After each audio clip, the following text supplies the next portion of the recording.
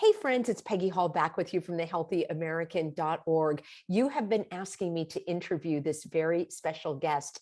So here we have Dane Wigington from geoengineering.org. He is the executive producer for that groundbreaking climate engineering documentary that you have been sending me links to and that I have seen, and it's called The Dimming. He's going to be talking about that. Dane has a background in solar energy. He was a former employee of Bechtel Power Corporation. He was just telling me that he lives basically off grid in Northern California. We're going to be hearing about that and how he got into really sounding the alarm on what I think is the most heinous perpetration of evil up to, to this time, because it affects everyone. I kind of joke a little bit about all of the cooties cocktails and things that we were subjected to over the last few years. A lot of people got exemptions for that. Dane, there's no exemption for being sprayed like bugs. So we're so grateful to have you here on board. And take us back just a little bit. When did you start geoengineeringwatch.org and geoengineering.org? And why is that so important to you? How did you get started in this? If I could just clarify, geoengineering.org is not us. Geoengineeringwatch.org is the correct one. It's geoengineeringwatch.org. Yeah, I just want to make sure people get to the right side, because there are some pro geoengineering websites there that try to push this issue. And certainly that is not us. But I'm very grateful again for your willingness to dive into this issue, to expose it, to help us to pull back the curtain. The process by which I became involved in this battle now about 20 years ago, when I tried to escape the smoggy, filthy skies of Southern California from the time of my childhood, and I finally made it to Northern California, remote location, off-grid, solar, wind, and hydropower. My home was on the cover of the world's largest renewable energy magazine. I had some background in industrial solar, working with Bechtel Power Corporation, the world's largest engineering firm.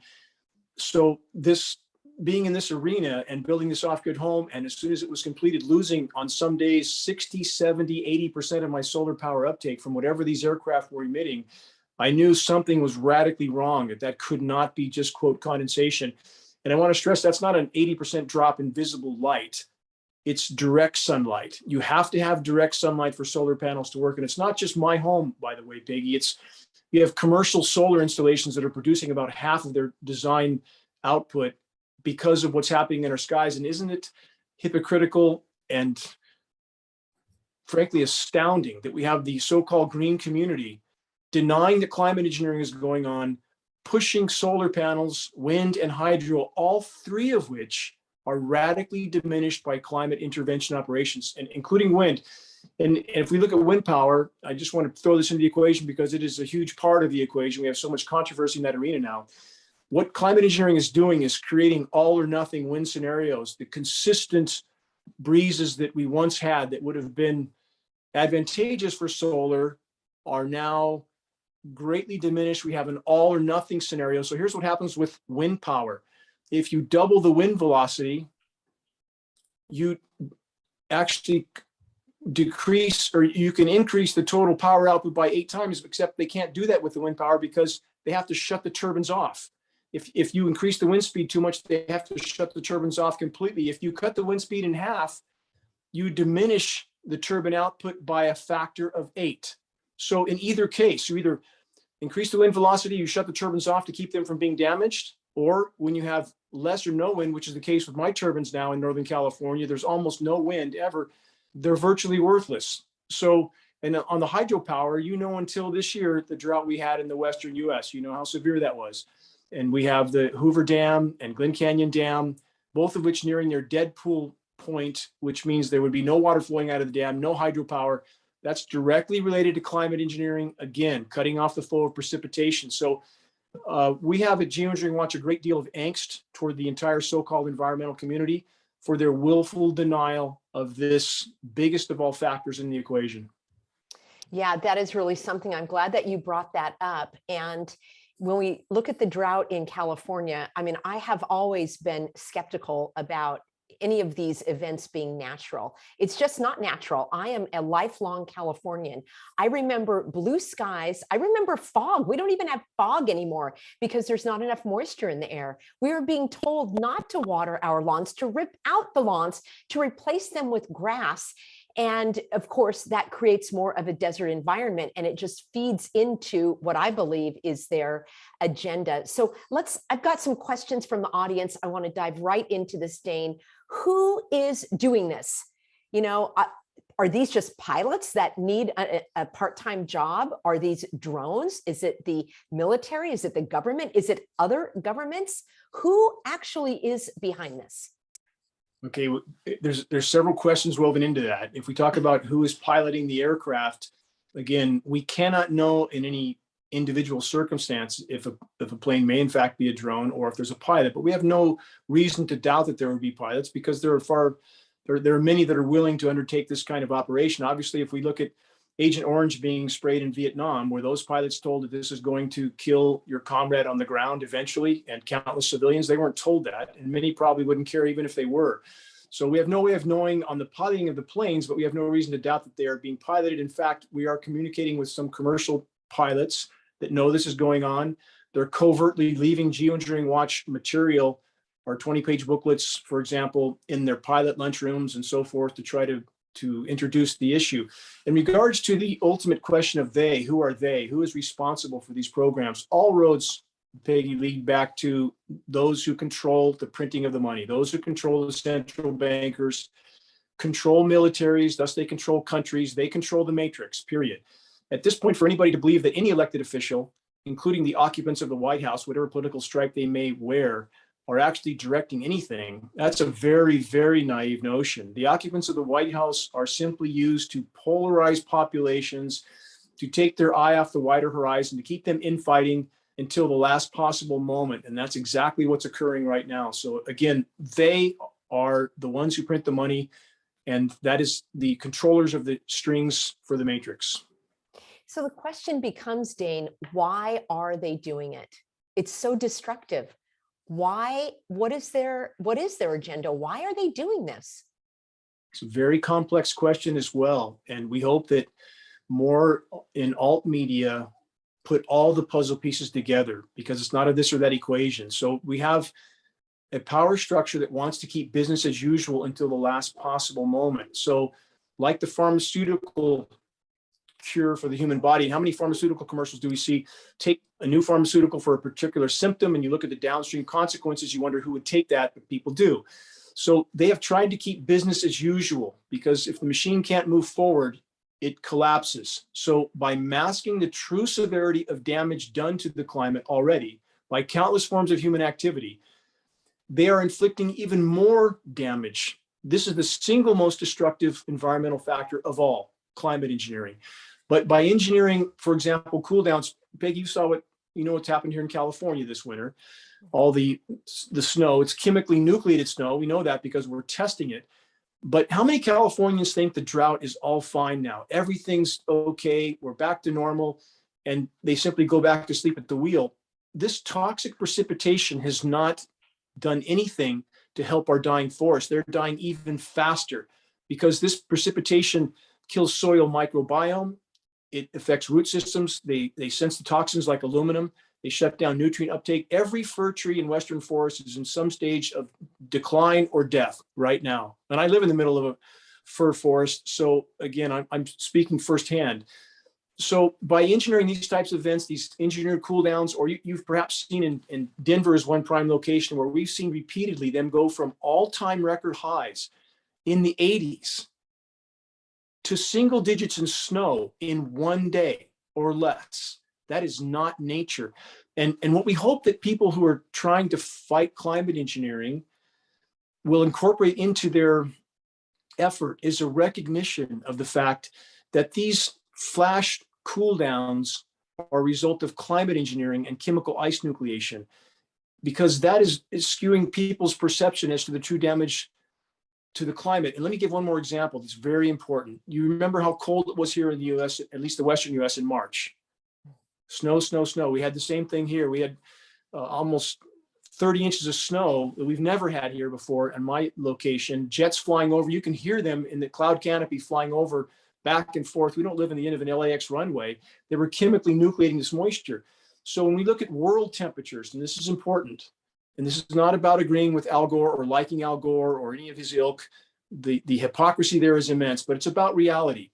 When we look at the entire month of March, global departure from normal high temperatures, we see a planet that is red, except for the western half of the North American continent. One blue zone in the entire world terrestrially. That's not nature, that's climate engineering. But as you can guess, people who live in this zone think, what's everybody complaining about? It's so cold here. Does that make sense?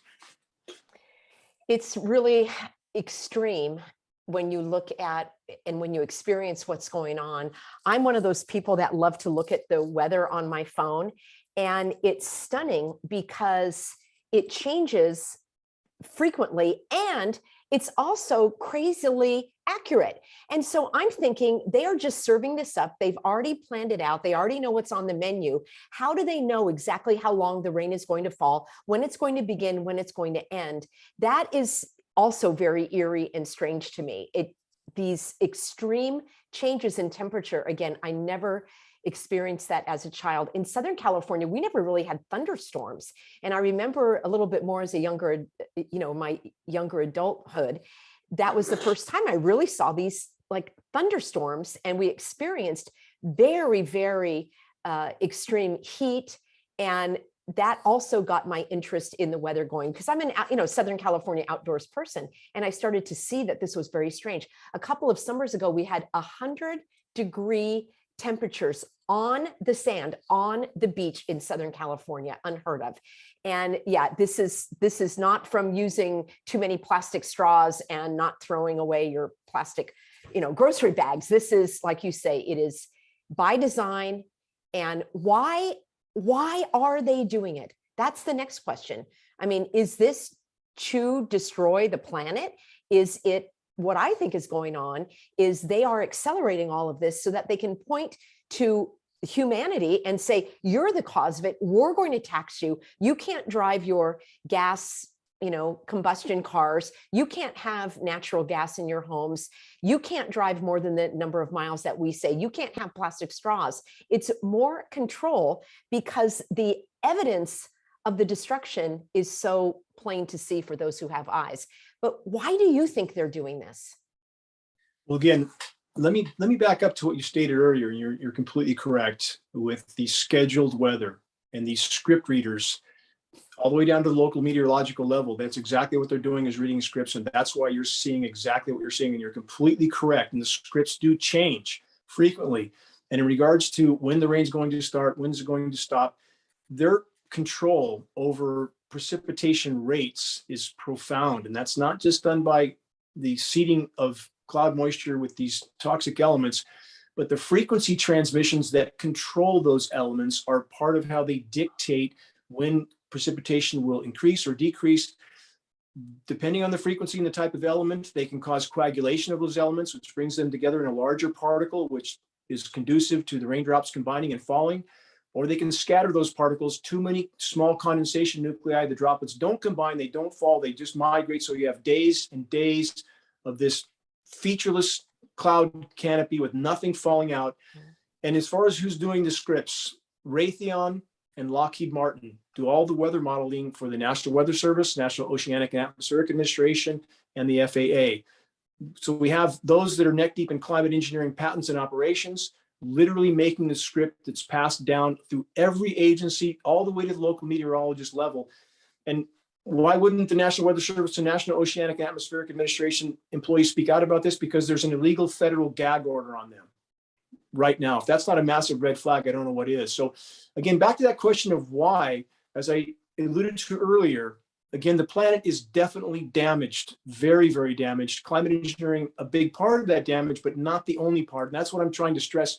We need to form an argument, Peggy, where people from every side of this issue, from every side of the climate anything issue, understand that there's no legitimate discussion about this issue without first and foremost addressing climate engineering. No matter what your conclusion is, That must be addressed first. But I think it's important for us at the same time to acknowledge that we've been really bad stewards of planet Earth.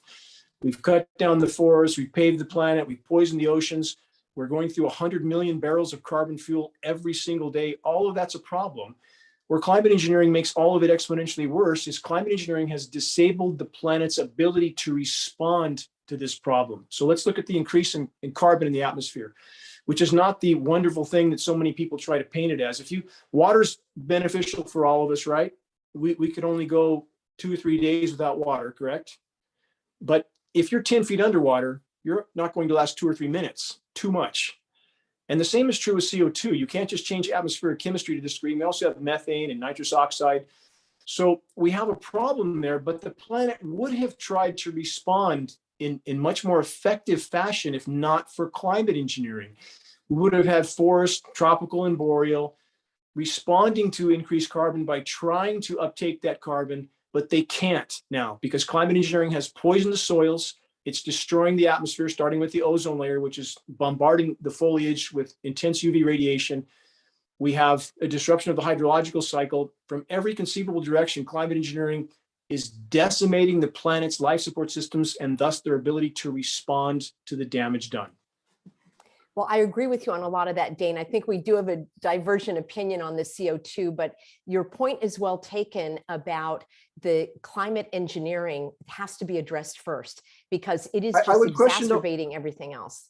What I hope is that people, though, research the CO2 issue, because even we've heard people talk about how greenhouses, they force CO2 in, correct? Yeah, You've heard that, yes. Okay, but they also purge it at night. They purge it out at night, and most don't know that. So if we look at pollen protein quantities, for example, that has decreased because of the change in atmospheric chemistry. So again, it's not to say that CO2 isn't necessary. Of course it's necessary. So is oxygen. But when you change atmospheric chemistry in the geologic blink of an eye, nothing can adapt to that. And yes, we have periods in Earth's history where we have CO2 counts significantly higher than they are now. And we had thriving ecosystems around the globe, but those changes took place over tens of thousands or hundreds of thousands of years, not 150 years. So again, it's just important to plug everything into the equation.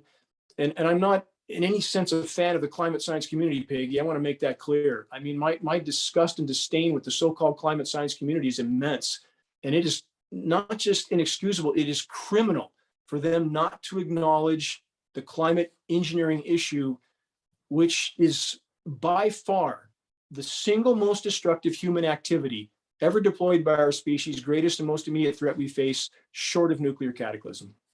There are so many negative side effects, devastating side effects for all of this. And where I really am filled with indignation is that then the government wants us to pay, and I'm just saying the government, meaning they, the bad guys, the evildoers, the puppet masters, whoever is behind this. And then they want to tax us. It's like a giant scheme where they are creating these devastating effects, blaming it on individuals or, humanity, and then taxing us and controlling us for that in terms of, carbon credits and carbon capturing. We definitely have to have a conversation on that down the road, Dane, because that is an area that is just, especially in California, it's another way of regulating people and, strangling people. And also related to the research in terms, I just wanted to mention this as well, because I also have a different opinion on the age of the Earth. But those are things that people can research because we weren't there. We don't know that. We need to dig deeper for this evidence. And that's my next question is, you have evidence for this, don't you? Your website is basically the one that pops up when people are researching geoengineering and, why are they spraying the skies? I remember years ago when I first was flabbergasted by never seeing a blue sky. And I started to do the research. Your information came up. At the start of the show, you said that there are others out there sort of trying to divert the attention away from the research that you've been doing. So tell us a little bit about your website, what people can find there.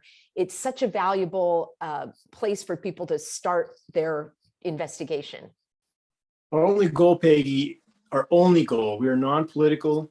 We don't advertise. We don't sell anything other than materials to help people introduce this issue. We seem to have lost a signal. Peggy? Oh, here we go. We're still here. I'm sharing my screen. Okay, and I'm sorry. Okay, yeah, that's all right. sorry. So here we Didn't are see at, that. My screen went blank for a minute. that's all right. We're at So that is our only geoengineeringwatch.org. goal. That's our only goal. That's our mission statement. I want to back up to what you said earlier about the disaster capitalists. I want to fortify what you stated, and you're completely correct in the hypocrisy. Let me give an example of that. The California Air Resources Board, which is regulating everything for particulate matter in California, they are the epitome of criminal hypocrisy for the power structure. So I've spoken in front of the CARB board, in front of a room full of farmers, that was being made to change their engines in everything because of the particulate matter those engines produce. And I forced the CARB board to admit at that meeting in front of this crowd that they completely ignore the climate engineering operations, which are a source of atmospheric particulate matter that's mathematically 100,000 times greater than anything that farm equipment can produce. And we're talking about much more toxic particulate matter, but the CARB board does nothing. They don't even acknowledge that source of particulate pollution because that's not in their quote jurisdiction. It's in nobody's jurisdiction by design. So it goes completely under the radar. So yes, the hypocrisy is absolutely immense. And again, that's back to my original point. From any perspective, all of us need to unite behind the fact that this issue needs to be exposed, period. And then we can evaluate where the planet's at, what the damage done is. But until we stop this issue, or unless we stop this issue, as you so correctly stated at the beginning of this broadcast, we cannot hide from what they're dispersing in our skies. We must breathe. And we now know from peer-reviewed study that we're inhaling as many, this is difficult to comprehend, we're inhaling as many as 20 million nanoparticles in every single breath we take. And people would question how that can be possible. You can fit up to 100,000 nanoparticles across the width of a single human hair. The smaller the particle, the more harmful it is. The smaller the particle, the more bioavailable it is, the more easily it's absorbed, and the more bioaccumulative it is. And we're talking about a witch's brew of aluminum, barium, strontium, manganese polymer fibers. Now we know graphene. Our last 100 plus lab tests almost all contain graphene. Graphene and polymer fibers, by the way, are biological carrier platforms. That's what they're used for militarily in biological warfare. So why wouldn't we question at that point what is being dispersed on us, and what might they disperse on us if they feel they're really losing control? They can level the playing field overnight. So again, this is the most real and immediate fight for life that we face. And I hope it's prioritized, and we can talk about all the other issues later. But bottom line is, this is what amounts to biological warfare in addition to weather warfare. And if I could, I know I'm ranting. I want to fill in one more question I didn't completely answer for you on the why. Again, they're masking the damage done by creating these flash cool downs, sensationalizing the headlines, confusing populations as to the true state of damage done. But on top of that, this is weather warfare, period. We are seeing a systematic targeting of agricultural producing regions. It is far beyond any potential coincidence, either flash drought, flash flood, flash freeze, massive hail. We're seeing ag regions absolutely decimated all over the globe in very specific timing and critical windows. They're wiped out. And let's back that up to the beginning of every weekly broadcast at geoengineeringwatch.org, the Global Alert News broadcasts. We're on 22 stations around the country. It's commercial free, non-political, but the first 20 seconds of that broadcast, and I know you've seen this, Peggy, I'm sure that Lyndon Johnson in 1962, 61 years ago, stating on film, on the record, I encourage your listeners to look for that. They can find it where I just cited. And he states, we had the power to control the world's cloud layer then, and quote, he who controls the weather controls the world. So you control food supplies, control populations, you control the world. That's exactly what's happening. Yeah, it is exactly what's happening. Weather warfare, and then you said biological warfare, which basically that is. And earlier, Dane, you mentioned the different frequencies. Is that related to HARP, to EMF? These are questions that come up from the audience. Does that fit into the picture? Is that under your purview? Absolutely. It's inseparable from this issue. So Peggy, you know the heat wave that's happening right now in the Pacific Northwest?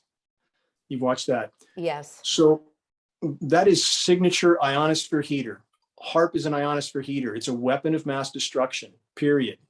And the official sources attempt to play it down as some sort of a benign research facility. That couldn't be further from the truth. So what does HARP do? It transmits up to 3.5 million watts of power into the electrically charged ionosphere. That causes an electrical chain reaction, which pushes the atmosphere up and down as it expands. That downward push is a high pressure heat dome. And we see that term now all the time. And they're referring to this high pressure heat dome over the Pacific Northwest right now as being a once in 1,000 year event. Why would they do that? When you create a high pressure heat dome in the Northern Hemisphere, it spins clockwise. That spins upper level winds clockwise around it, which spins moisture around it. So thus, as they're baking one area, they can spin the moisture around that pulley, atmospheric pulley, and now it's going back down into parts of the US further inland, where we now see what amounts to monsoonal activity 2 months early, because they need the moisture to cool the surface down. They need moisture for chemical ice nucleating operations. And as far as those operations, I encourage people to search the engineering winter section on the homepage of geoengineeringwatch.org. These are patented processes. Chinese government openly announced they were engineering snowstorms. Popular Science covered it, Fox News, MSNBC. But if you bring it up here, suddenly you're marginalized. And even within the community that's fighting climate engineering, we desperately need them to recognize this aspect of climate engineering. It is a core part of it. Peggy, you see all the massive hail that's falling everywhere now? Right. You see the hailstorm? Yeah. It's now the norm to have baseball and softball size hail. That's chemical ice nucleating operations. And to see the extreme form of that, Peggy, you might look, and you might want to show this on your screen if you can, but if you search Lake Michigan ice balls, you'll see profound images. And there are many. Lake Michigan ice balls. Let me pull this up. You know, a lot of my Healthy Americans have sent me on the ground images, and let me just share my screen here. This is absolutely stunning. You mentioned this, 1 in 1,000 year storm. They use these kind of numbers as well, because there's no way of even proving that. Who was alive 1,000 years ago? Who's going to be alive 1,000 years from now? It's their way of covering this up. This is just absolutely stunning. Anybody who thinks that that's a natural phenomenon needs to rethink their reality. So you have a core of ice nucleating elements, and it builds around that core. And we have so-called climate experts trying to explain this away as, again, being a natural phenomenon. So we have the entire meteorological and climate science community at this point, Peggy, acting as climate engineering cover-up agents. That's what they're doing. Weather Channel, Weather Central, all of them are simply being paid to cover the tracks of the climate engineers. And if I could just, lest I forget to mention the trajectory that we are on, I cannot stress enough that if we remain on this trajectory, none of us are going to be around much longer. And I don't care who rolls their eyes and walks away and thinks that's not possible, or they heard it before. They didn't hear it from us at Geoengineering Watch. They're hearing it from me now. And if our data is examined going back to our beginning 15 years ago, what we said would happen has happened, right down to the drought in California up to this year, when the script was changed. And even the beginning of this year, Peggy, the scheduled weather was for continued drought. But somewhere along the lines, they altered the schedule. This entire scenario is in a constant state of flux. Perhaps there's power brokers in California that begin to push back. We have a fraying of the power structure as those within it begin to realize they're on the sinking ship as well, and maybe pushing back against these programs. So we're back to the critical mass of awareness and the importance of reaching that critical mass of awareness, because then we have other people that realize, as I stated, they're going down the ship with the rest of us, and they're in a position to push back from behind the curtain. That's what we need to have happen. That's a question that comes up. Aren't they subjected to the same devastating side effects that we are? Aren't their trees falling over in their backyard? Isn't their food being polluted? Aren't they breathing the same air? And I think that there are some people who are so committed to the solar screening and climate engineering because they think they are doing something good. It's really their religion. Then there are others that I think, are doing it for money. Others that may be evil themselves and don't care that they are decimating the earth and the people. So that's a question that comes up. Are there types of remedies for this, for what we're breathing, for what the fallout is. Do you know of any, Dane? Is that something that you talk about at all? I've had my Healthy Americans send in their home remedies, but I've also heard of people putting out vinegar in their yard. Do you know anything that we're missing here about dealing with the side effects? First, I want to back up to how you described those involved. You're completely correct. You described that very, very appropriately. It is all of the above involved with these programs. Those that believe, have convinced themselves they're doing something benevolent and for the greater good, which couldn't be further from the truth. Those that do whatever they're told to do for money, paycheck, and a pension, and those that are just simply addicted to power, even if they have to destroy the planet, as the saying goes, to rule over the ashes. So it's all the above, and you're completely correct in that regard. In regard about them doing this to themselves, and again, many people walk away from an issue like this because they can't get past that. And that's unfortunate, because if they simply look back at history, what have they done to themselves already?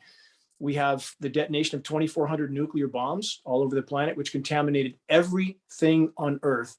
We have Project Starfish Prime, which was the detonation of hydrogen bombs in the magnetosphere, and they had no idea what that would do. They thought, in fact, we're still dealing with the repercussions of that today, but they felt it could collapse the atmosphere. They did it anyway. And we have Fukushima, triple nuclear meltdown, no technology to fix it, no end in sight. We're building 60 more nuke plants right now. We have 440 online, many of them already past their functional lifespan, but they're being kept online out of desperation. It takes about 20 to 30 years to cold shut down a nuclear power plant. What's going to happen when civilization collapses? And that's not an if at this point. How are those plants going to be kept cool? And now we have Fukushima times several hundred.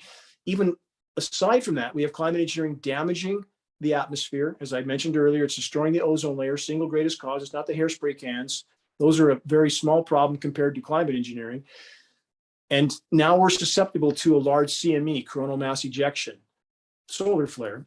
So that would shut down grids around the world. That would disable nuclear power plants from being able to cool themselves. Again, Fukushima times who knows how many, game over. So they have always done this to themselves. And anyone who thinks otherwise is simply not looking through a clear lens. And we know that they're not sane either, Peggy. We know that from psychoanalysis, literally straight from the manual. The near total lack of comprehension as to the consequences of their actions, even to themselves. Does an addict care the next fix will kill them? No. Yes, evil can only destroy. Yes. And it will self-destruct. Yes. As we have our last bit of time here together, Dane, and I really appreciate you coming on board to share your perspective. As I say, you've been on the front lines of this for a long time. Can you help me and my audience with a few simple comebacks to the usual objection, which is, oh, it's just contrails. Oh, it's just condensation. That's one. Let's start with that one. How do you answer that in a simple way? We have film footage of these aircraft at altitude, nozzles visible, turning on and off. End of debate. It is not condensation. You don't spray condensation out of a nozzle into the exhaust jet stream. Two, all commercial carrier aircraft and all military tankers are equipped with what's known as a high bypass turbofan jet engine. That's a jet powered fan. 90% of the air that moves through that engine is not combusted. That engine by design is nearly incapable of producing any condensation trail except under very rare and extreme circumstances. Peggy, you've seen documentaries of researchers in Antarctica and their breath is condensing, right? Do they have a cloud hanging over their head after 20 minutes? It doesn't spread and linger. It dissipates immediately.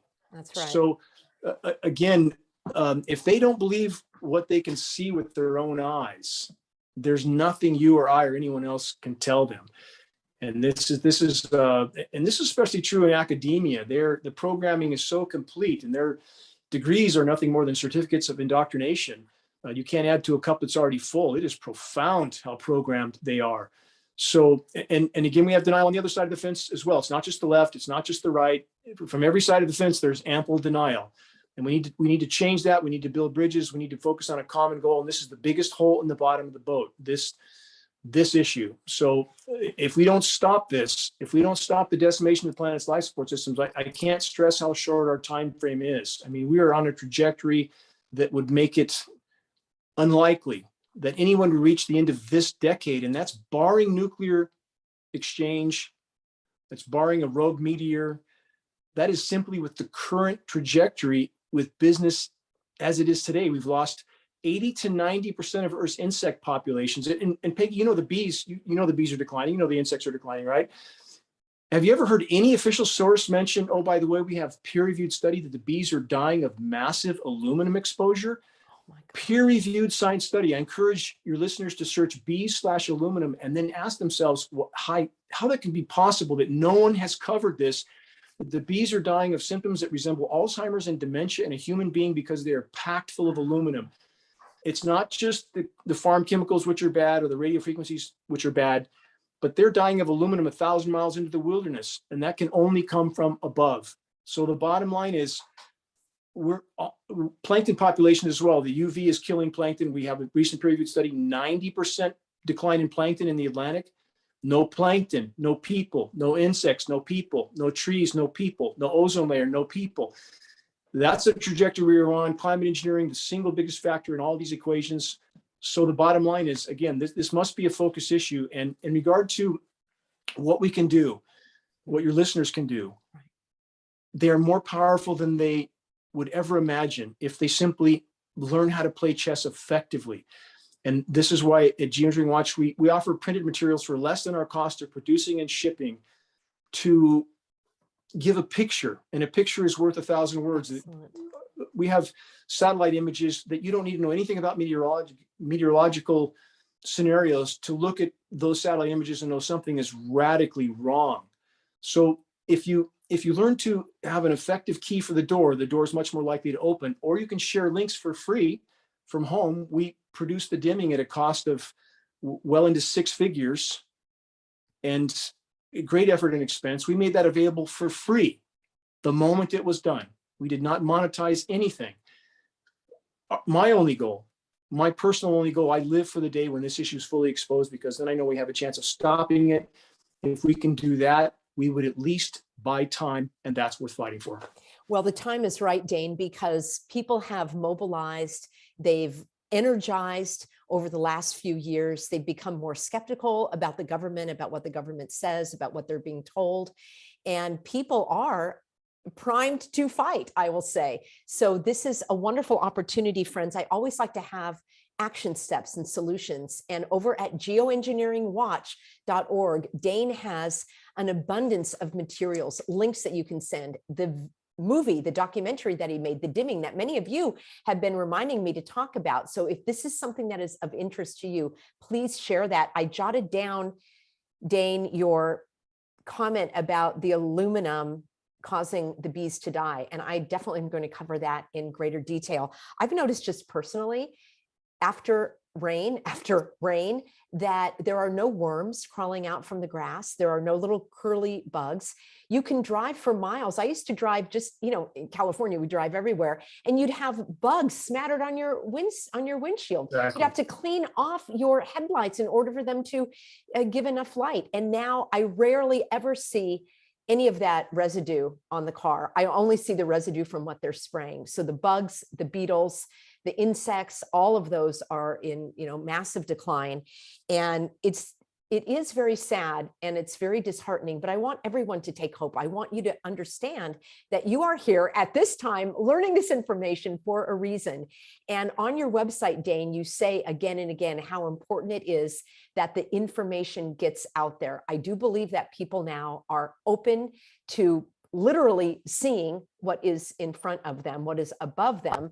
And I've also asked people to go back maybe 20, 30 years ago, if they have pictures of their childhood, look at the skies. I mean, actual photographs right before cell phones. Look at the skies. I came across some old slides and the skies were absolutely blue. That's what I remember from childhood. And, in Southern California, Palm Springs is a top destination. Years ago, we would drive out there for the blue skies. Now it's one of the worst sprayed areas, I think, in Southern California. Complete milky skies. You cannot see the mountains, which are only not that far away from you. So friends, open your eyes, take a look around. It is not a sandstorm. It's not a dust storm. It's not condensation from the plains. If that was the case, it would have been that way for many years. I've got a bonus question for you, Dane. I don't know if you know, if you know the answer, but the strangest thing that I see are these, the trails, we'll just use that word, that leave these crisscrosses, literally like X marks the spot. Do you think they're just having fun with us? Do you think that is a target? I haven't done enough digging to find out what that might mean. We feel, based on our military contacts, that that may be an easy way for them to monitor airflow and particle distribution from satellite imagery. They can spot that particular feature and monitor it from there. And in regard to the loss of blue skies, that is so true. And it's so sad that so few miss those skies. And that's the title of the dimming, being the dimming, is because that is the express goal of solar radiation management, which is part of climate engineering, to block the sun.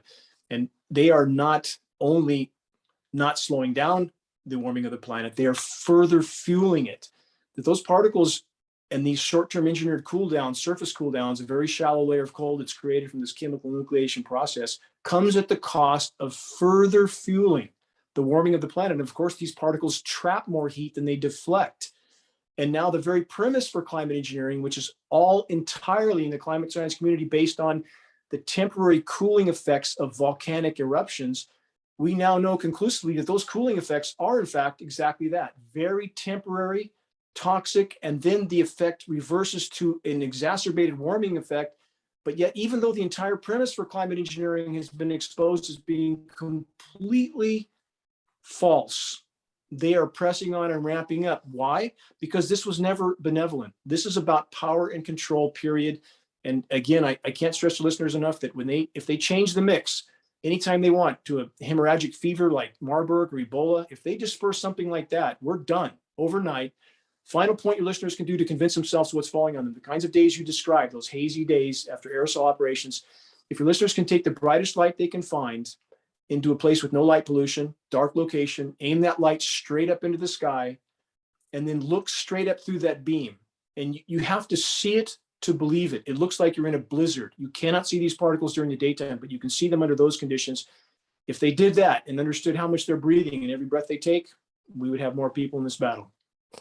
Final questions here then, Dane. Thank you for this. And this is a jumping off point for so much more research. And it's very empowering. And I want everyone to actually walk away with understanding the gravity of this, but also understanding that knowledge is power. I always go back to connection, education, which is what we're doing right now, and then taking action. I know that my sister reached out to you, and she has been, she lives in an area that is very heavily sprayed. And on a clear day, it reminds people of why they want to live in California. And then when that doesn't happen, it literally is devastating.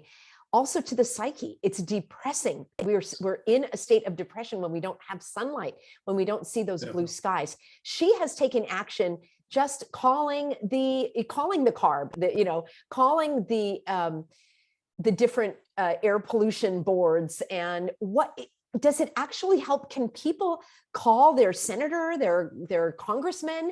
Can they call their assembly person in California? Is there some action that a person can take to express what they're seeing, what they're experiencing, something that will make them feel better? Like, I did something today. Yes, and it does matter. And I would encourage them also to find email contacts for these so-called elected officials, and with that email to openly CC as many other aware contacts they have, so that that elected official sees that many are witnessing this exchange and this conversation, and to send a link to the dimming, for example, so that they can no longer deny that they knew about these programs, because this is how corrupt they are. Northern California's Congressman Doug LaMalfa, whom I've had no less than a half a dozen personal meetings with his staff. His staff used to call me at home to express their angst about the atmospheric spraying. And they got a call. I was told by their head staff member that they got a call to shut up about this issue from above. And they not only shut up, they began to aggressively deny it. And that's how crooked these people are. And Congressman Doug LaMalfa told me that if I could produce credible data that there was in fact contamination in the rain, then he would follow up on it. I did that on film at a town hall meeting, and he looked like a deer in the headlights.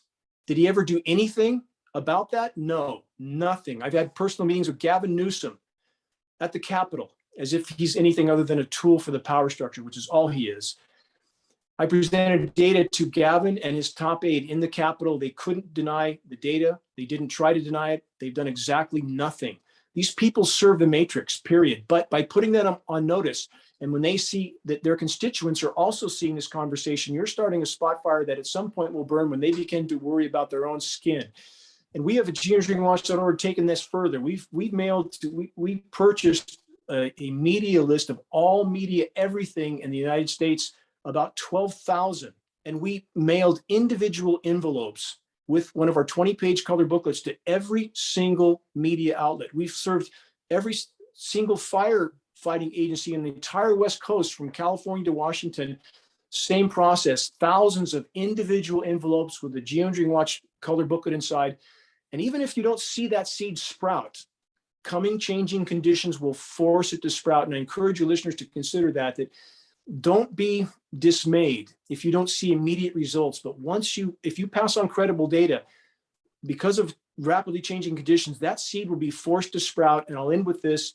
The last 5 minutes, the epilogue in the Deming documentary, which the editor eloquently put together for us from excerpts from my Global Alert News broadcast. Key statement, the last statement I make in there, that any one of us could be the final pebble that triggers the landslide of awakening. Any one of us could be that final grain of sand that tilts the scale, and people should never forget that. Share credible data from a credible source. Geoengineeringwatch.org works meticulously to be that source. Let me share that again, Dane. Friends, this is something that you can do. He's got information here. You can share the link to the Deming. That's an incredible amount of work that you've done, not only putting this together, but all of the material and then all of the media blitz, the government outreach and all of that.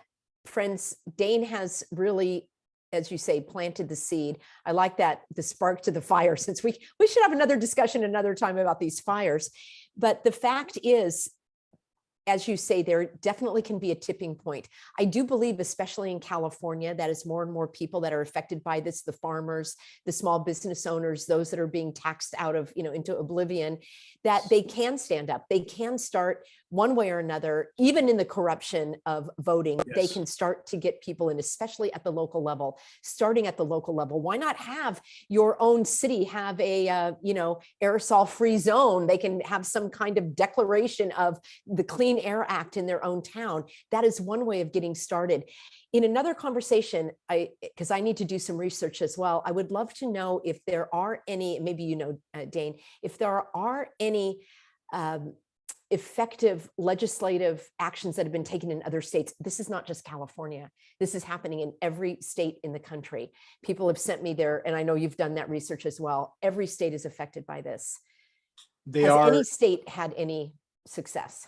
Rhode Island attempted to pass legislation. We worked with their elected officials from the start. We supplied them with geoengineeringwatch.org materials. We sent our top attorney there for a legislative meeting at our expense, but that fire was eventually stomped out for all practical purposes. So this comes down to the population taking to the streets with their proverbial pitchforks and torches, with the realization that they are fighting for their lives. In regard to the fires, I'll only say this, and I'm glad to cover this in depth at some later time. They can search the engineering wildfires section on the homepage of geoengineeringwatch.org. Geoengineering is the single greatest causal factor for the epic wildfires, period. And everything else we're told is simply a lie. The notion that it's just the beetles are a symptom of a sick and dying tree from all the scenarios I mentioned earlier, the toxic soils, the UV, the cutting off of the rain. And we know, Peggy, from, for example, in remote regions of Siberia that have never been touched by human anything, that in the last decade and a half, wildfires have increased 1,000%. So what happened? It has nothing to do with thinning the understory. This is my area of expertise as well. My dad was an arborist. I've done 6 cost share programs, 3 state, 3 federal, massive habitat restoration that I ran every one of those projects. And again, that is not the reason that the forests are incinerating, and they are in fact, and this is key, if your listeners search wildfires serve geoengineering agenda, regardless of the source of ignition, that's a separate subject. Any idiot with a match can start a fire. It's what is setting the conditions for these fires to burn with such ferocity, and that is absolutely climate engineering, and it is serving part of the climate engineering agenda to do so. There is a reason they are doing this, and that reason is shocking. They are mimicking the atmospheric particulate loading effect of a volcano to provide temporary cooling at the cost of destroying the planet's last remaining life support systems. We have peer-reviewed science study to prove what I just stated. That's not my opinion. Peer-reviewed science study. And back to the awareness raising materials, again, we've done everything we can. We at request of many, we now provide shirts and hoodies so that people have strong images on front and back to start that conversation, to get the conversation going. And once you get the conversation going, you can typically pass on enough information to make a difference. So we're trying it every way we know how. Again, any one of us, Peggy, could be the last grain of sand to tilt the scale. And we need to strive for that because we don't have much time. Absolutely. Thank you so much for this enlightening, in-depth discussion, Dane. This is so important to bring this information. And I want to thank the Healthy Americans here on board who have been asking for this interview. And I'm so grateful that it's taken place. Everybody go to geoengineeringwatch.org. Be sure that you're back with me every day here starting at 4 p.m. Pacific for my live streams and our premier live streams like this. See you soon, everybody. Thank you, Peggy. Gratitude's mine. Thank you.